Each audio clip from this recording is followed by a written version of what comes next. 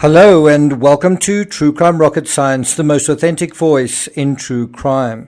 Did you know that between 2015 and 2017, KOURI Richins purchased at least 4 life insurance policies on Eric Richins' life, with aggregate death benefits of almost $2 million. And then in late January 2022, she purchased a 5th life insurance policy, right? So that's the one side of it. The other side of it is that, according to Eric, he was worried, he was concerned that his wife had tried to poison him on more than one occasion. One of them, I think, was on Valentine's Day, February 14, which would have been 10 days after the last life insurance policy was taken out. If you're interested in true crime and you're interested in this case in particular, and you haven't subscribed to this channel, please do. If you're enjoying this episode, please like, share, leave a comment. Bear in mind, I'm going to be doing a live, just going through some video analysis, body language analysis, around about this time tomorrow, around about 3 p.m. Eastern Standard Time. So look out for that. Again, if you're enjoying this episode, you can also hit the thanks button, and let's get started. So what is this case all about? Well, Eric Richins and his wife KOURI had a premarital agreement, this is quite important, on June 15, 2013, right? That is really predating the events by about 9 years. And this premarital agreement established that each did not have the rights to one another's present or future income, property, or assets. And although that was quite a good agreement, if you wanted to prevent something like murdering someone for their money or for life insurance, the problem was that there was a caveat to that agreement which said that if Richins died while they were married, then his partnership interest in his business would transfer to KOURI, right? And so a little thing like that in the fine print could really mean the difference between life and death in a situation like this. Among Eric Richins' premarital property, well, it was his Camas home located in Summit County. So what we're dealing with here is a real estate agent whose bread and butter is property. And it seems like she wants to get hold of one property in particular. In September 2020, that's predating the crime by about 2 years, Eric Richins discovered that KOURI had obtained and spent $250,000 in home equity line of credit on that Camas home. She'd also withdrawn at least $100,000 from his bank account. They had joint accounts, and spent in excess of $30,000 on his credit cards. Not a very good sign, right?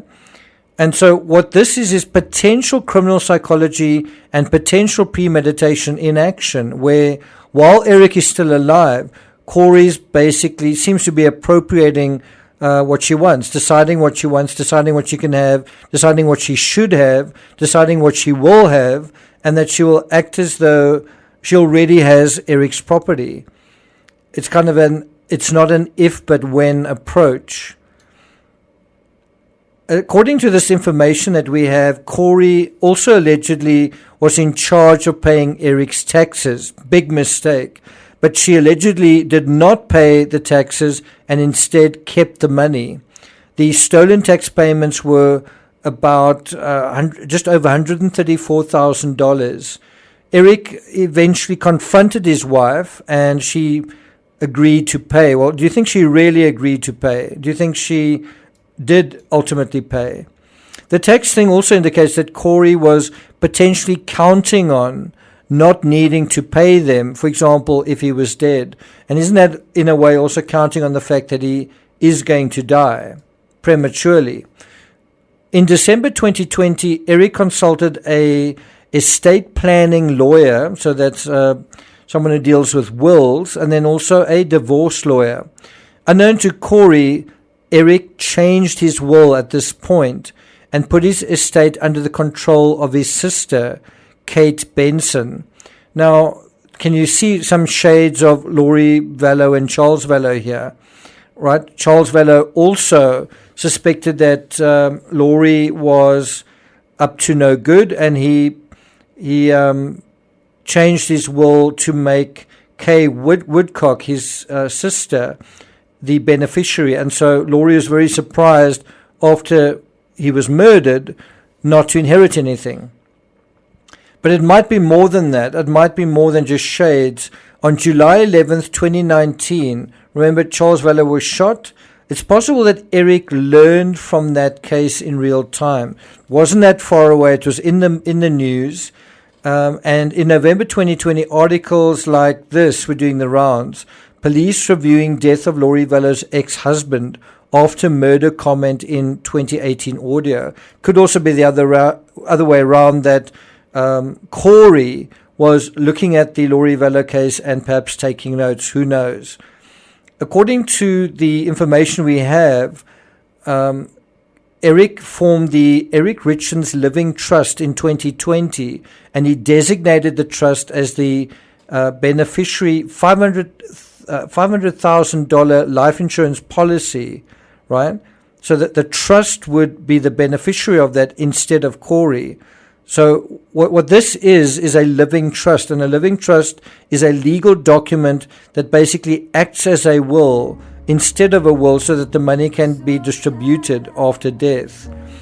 What Eric didn't know was that between 2015 and 2017, as I said at the beginning of this episode, KOURI purchased at least 4 life insurance policies on Eric Richins' life.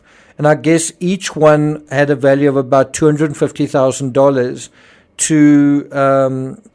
in order to reach an aggregate amount of just under $2 million. These weren't disclosed to the Richins estate planning attorney.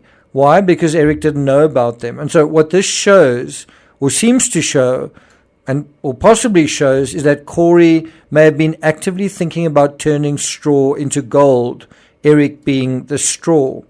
Then in late January 2022, KOURI applied for yet another life insurance policy on Eric's life. In other words, the 5th one, this one for fairly low amount of $100,000. It was issued on February 4th, 1 month prior to his death, but it was also, although he died a month later, there was another attempt made on his life just 10 days after this was taken out, barely a week, right? And so what happened barely a week later as well? KOURI obtained fentanyl from an acquaintance, and according to the affidavit, it was illicit fentanyl, so basically from the black market. Quite a compelling timeline, right? Take out life insurance, get the fentanyl, and then he dies shortly after that. You may remember in the Chris Watts case, I made the case that Chris Watts was trying to get rid of his baby by making use of the same thing, and also could he not have done this on several occasions? A lot of potential intertextuality here. Anyway, the acquaintance said that in order to fulfill KOURI's request, she messaged one of her acquaintance, so you've got a bit of a digital trail here, and this provided her with a phone number of a drug dealer. This housekeeper, essentially, I think, met with the drug dealer at the Maverick gas station in Draper on February 11, 2022. This is 3 days before the first, well, it's not really the first attempt on his life, but let's say the second last one. What she did was she purchased 15 to 30 round light green-blue pills, which she understood to be fentanyl. She then delivered these pills to KOURI in the driveway of a home in Heber City. Very cloak and dagger, right? Then just 3 days later, KOURI left a sandwich on the seat of Eric Richins' truck with a love note. A little bit like a poison apple. He said shortly afterwards that he broke out in hives and had difficulty breathing. Again, shades of Shanann Watts. Remember she drank a shake on the night that Chris Watts arrived in Aberdeen, North Carolina, and her family witnessed her being very out of sorts. And so he found his son's EpiPen, he administered it to himself and slept, and he later told a friend that he thought his wife was trying to poison him. It wasn't the first time he'd say this either. This appears to have been one of 2, 3, or even 4 possible prior attempts on his life. And bear in mind, there are 5 separate life insurance policies on him. According to the New York Post, Eric had previously told a friend that he thought his wife was trying to poison him. So when he got sick following a February 14 Valentine's Day dinner at home, right? That seems to be what that note was all about. But then also he became violently ill after KOURI gave him a drink during a trip to Greece. We don't know exactly when, but it just says here a few years ago. And that is when he told his sibling that his wife had tried to kill him. So it seems like he knew that this was the case and yet stayed in the marriage, I guess, for the sake of his kids. And so what this shows is if you have a hunch, act on it. If there's a red flag, pay attention to it, and certainly tell someone else about it, because your life could be on the line. So I'm not going to take it further than this. I am going to take the story further in a live tomorrow. We will deal with his death, the circumstances around his death, and then what she said. Was she grieving or was she greedy? And there was also a very disturbing thing that happened immediately after his death when KOURI arranged for a locksmith to drill Eric Richins' safe. We'll be talking about that as well. Thank you for listening, and I'll see you guys next time.